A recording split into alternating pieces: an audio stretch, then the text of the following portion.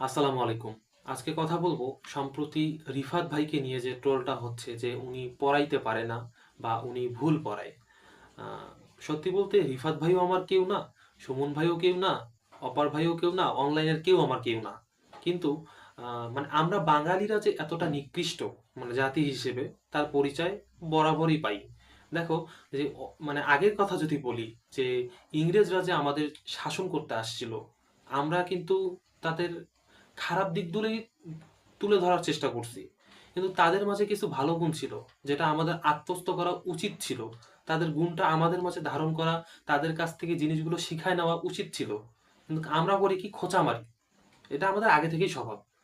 তেমনই মানে মানে আমাদের অনলাইন যে প্ল্যাটফর্মগুলো, এসিএস বলো বা ভালো ভালো উন্মেষ, উদ্ভাস, এগুলো কিন্তু প্রত্যেকেই স্ট্রাগল করে একটা পর্যায়ে আসছে। কিন্তু এই যে রিফাত ভাই বলো, সুমন ভাই বলো, এদের লাইফ হিস্ট্রিটা কিন্তু একটু অন্যরকম ছিল। আর এই নামগুলো যখন নেই না, মানে একটা ভিতর থেকে ভালোবাসা এমনি সৃষ্টি হয়ে যায়। তুমি অপার ভাই বলো, মানে রিফাত ভাই বলো, আমাদের যে রাকিবুল ভাই বলো, মানে যে লোকগুলো আমাদের পরিচিত মুখ, দেখবা নাম নিলে কিন্তু তাদের প্রতি একটা ভালোবাসা এসে যায়।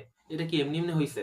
তাদের ভিডিওতে যে lakh lakh view, million million view এই রিফাত ভাইয়ের ভিডিওতে, এটা কি মানে সম্মানটা, ভালোবাসাটা কি এমনি এমনি অর্জন হয়? ধরলাম সে পড়াইতে পারে না, কিন্তু একটা মানুষ কিভাবে আমরা একজনকে জাজ করি সরাসরি একদম এইভাবে? একটা মানুষের ভুল হতেই পারে, প্রত্যেকেই শেখে, যারা শেখায় তারাও কিন্তু শেখে। ভুল মন্দ সবকিছুই মিলেই মানুষ। আমার ভুল হতে পারে, কিন্তু আমাকে তো ওইভাবে একদম ডিরেক্টলি এক্সপোজ করার কোনো মানে হয় না।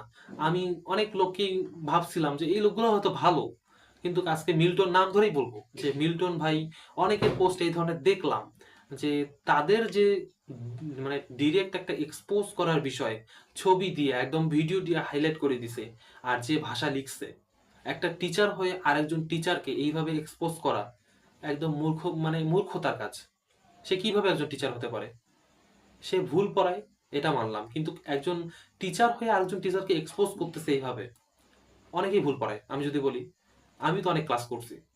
আমি আহ, আহ, যদি নাম নিয়ে বলি, যে আপার ভাইয়ের ক্লাস করছিলাম, বিভিন্ন ক্লাস করছিলাম, ওখানে কিন্তু টুকটাক অনেক ভুল ছিল। তারা তো ওইভাবে ইয়া করেনি।